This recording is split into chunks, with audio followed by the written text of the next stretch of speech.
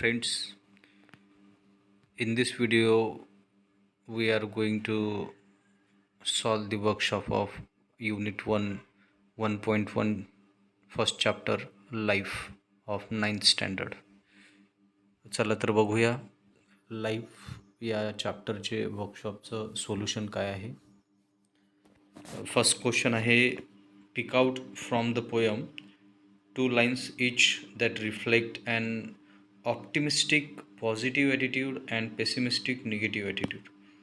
या वरच्या कवितेमधून आपल्याला 2 लाईन निवडायच्या आहेत ज्याच्यामध्ये एक पॉझिटिव्ह ॲटिट्यूड दाखवल म्हणजेच ऑप्टिमिस्टिक आणि निगेटिव्ह ॲटिट्यूड दाखवल म्हणजेच पेसिमिस्टिक.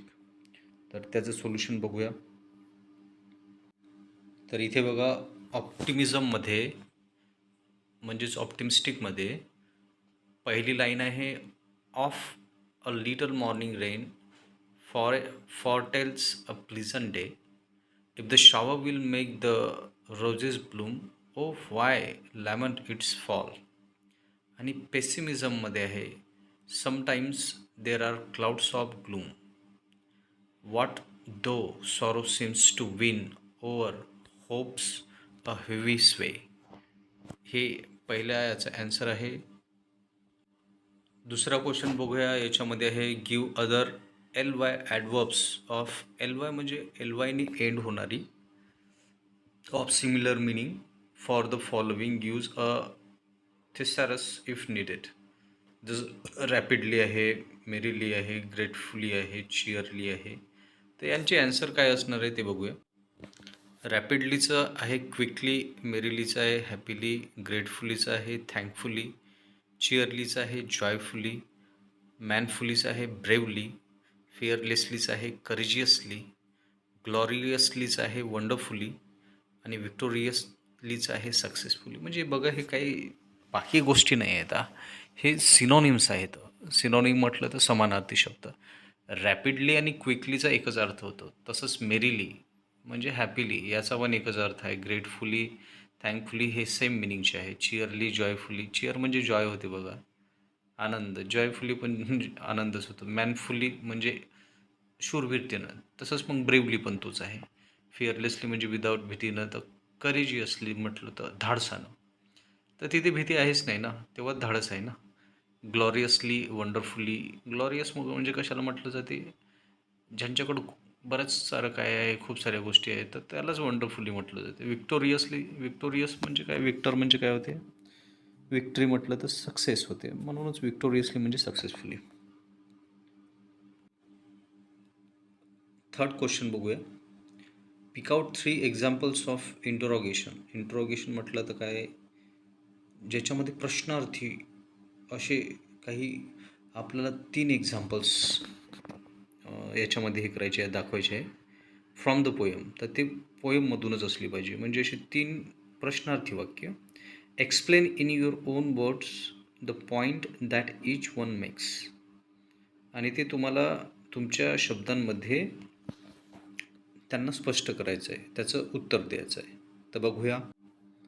यामध्ये पहिलं इंट्रोगेशन म्हणजे पहिला प्रश्न आहे, if the shower will make the roses bloom, on why lament it falls.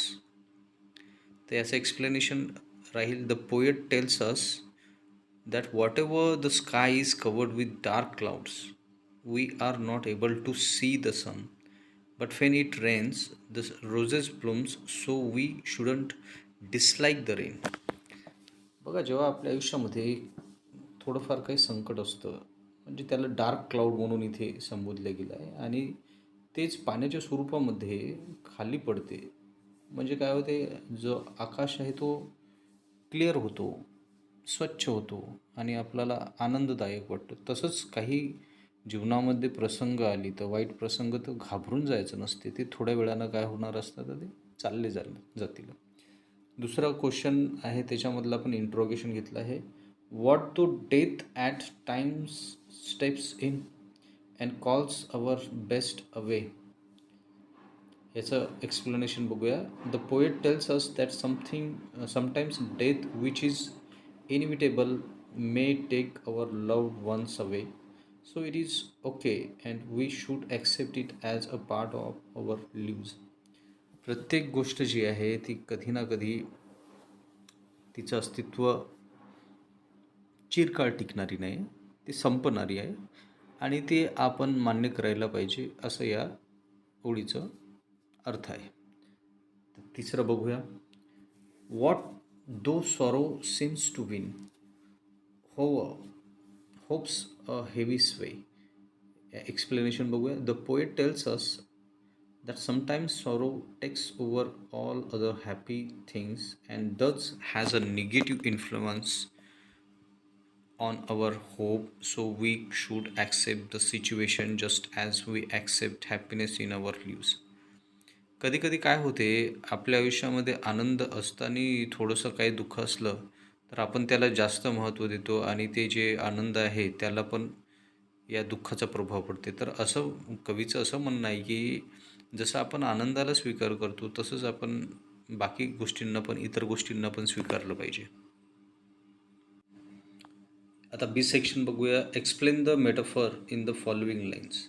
तर पहिला बघूया पहिल्याचं. One often of a little morning rain forest foretells a pleasant day. तर या मेटाफरचं काय इथे बघूया. Rain foretells a pleasant day, which literally means that the day will be filled with pleasantness and happiness. Rain doesn't foretell anything as it can speak, but it indirectly depicts happiness. इथे सांगितलं काय गेलं आहे, जसं की पावसाचं येणं म्हणजे हे एक आनंददायक आणि हवीशी गोष्ट. प्लीझंट म्हणजे पण आनंददायक, हॅपी म्हणजे आनंददायक आणि प्लीझंट म्हणजे एक सकारात्मक गोष्ट आहे किंवा प्लीझंट अनुभव म्हणतो ना आपण त्याला, छान अनुभव. तर येथे म्हटलं आहे की पाऊस काय, रेन डझंट फॉरटेल एनिथिंग, डायरेक्ट काही कोणती गोष्ट आणत नाही, पण याच्यामधून असा उद्देश आहे कवीचा की डिपिक्ट्स केलं आहे, त्यानं वर्णन कशाचं केलं आहे या पावसाचं. म्हणजे पाऊस म्हणजे इथे त्यांनी आनंद या पद्धतीचं वर्णन केलं आहे. सेकंड बघूया. Sometimes there are clouds.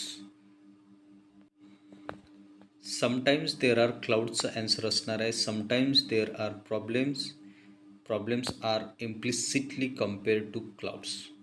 सरळ इथे प्रॉब्लेम्सचा जे कम्पॅरिझन आहे ते ढगांसोबत केलं आहे. ढगांचा रंग कसा असतो, काळसर असतो.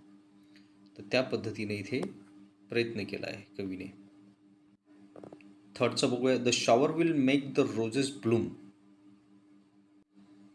In this statement roses refer to the good things in life.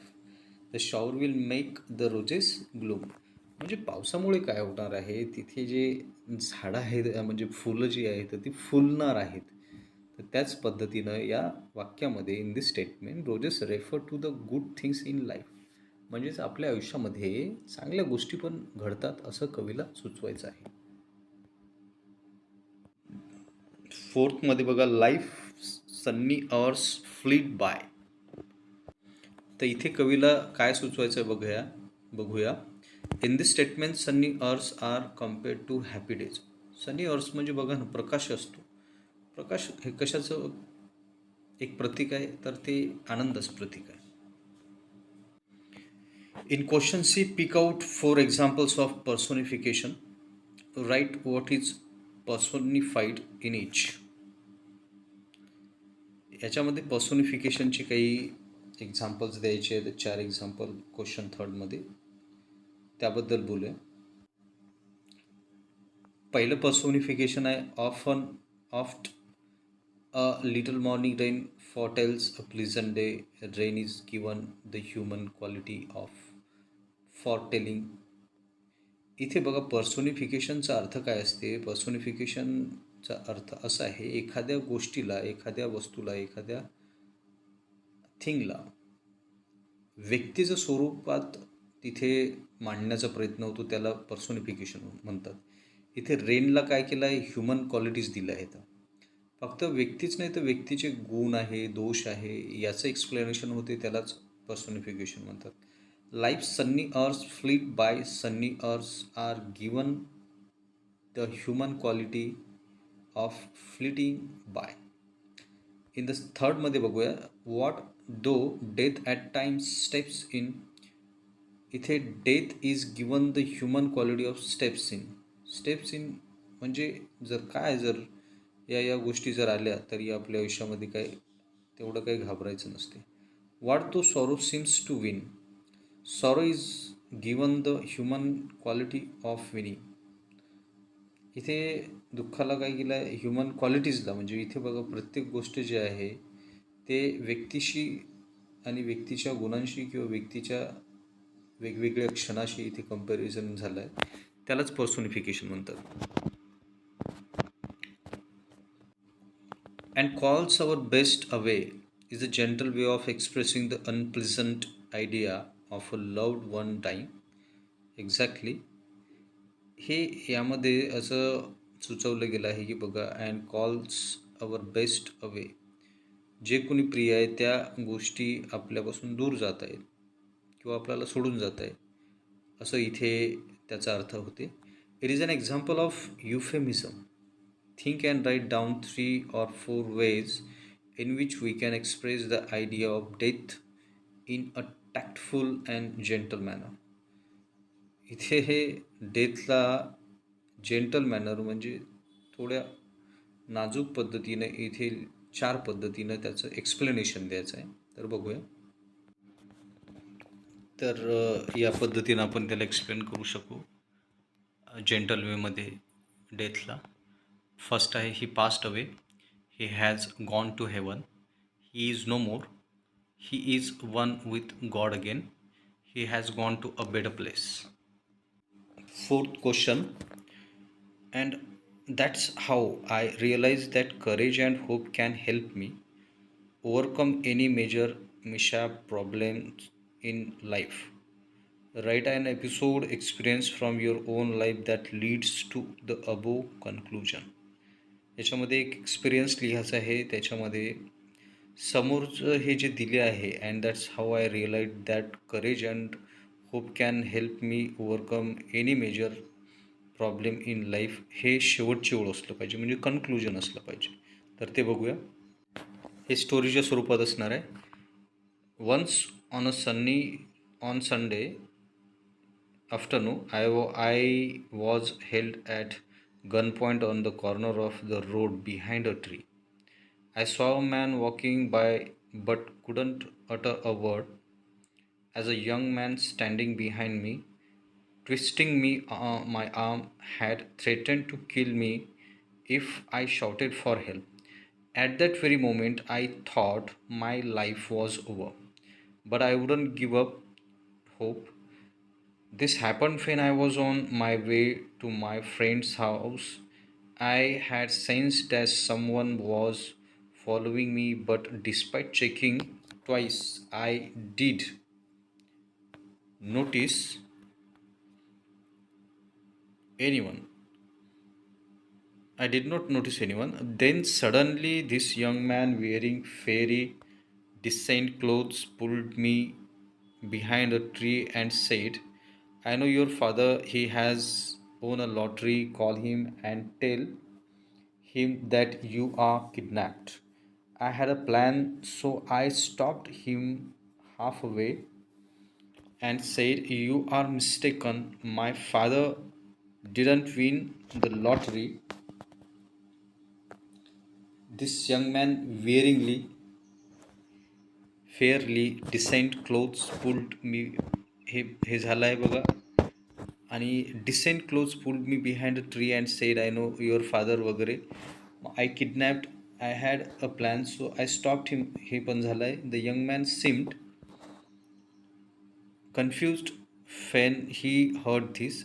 He pulled me in front of him and said angrily, I am no fool. I was waiting for the moment, right? I was waiting for the moment. As I wanted training, I kicked the gun from the man's hand, gave him two more blows, and in a couple of seconds he kicked the gun from the man's hand, gave him two more blows, and in a couple of seconds he lay flat on the roadside. I quickly shouted for help. A few people gathered around me and called the police, and that's how I realized that courage and hope can help me overcome any major mishap. हे आहे explanation त्याचं. Final question बघूया. Fifth, read the plasmum Psalm of Life, a poem by H.W. Longfellow. Son of Life by Henry Wadsworth Longfellow. What the heart of the young man said to the psalmist, tell me not in mournful numbers, life is but an empty dream, for the soul is dead that slumbers, and things are not what they seem. Life is real, life is earnest, and the grave is not its goal. Dust thou art, do dust returnest, was not spoken of soul. Not enjoyment and not sorrow is our destined end or way, but to act that each tomorrow find us farther than today. Art is long and time is fleeting, and our hearts, though stout and brave, still like muffled drums are beating funeral marches to the grave in the world's broad field of battle, in the bivouac of life. Be not like dumb, drive cattle, be a hero in the strife. Trust no future, however pleasant, let the dead past bury its dead. अशा प्रकारे आपलं 1.1 life या चॅप्टरचं warming up चे solution सर्व झाले आहे. Thank you very much. Like, share and comment this video. Comment, like, share and subscribe channel.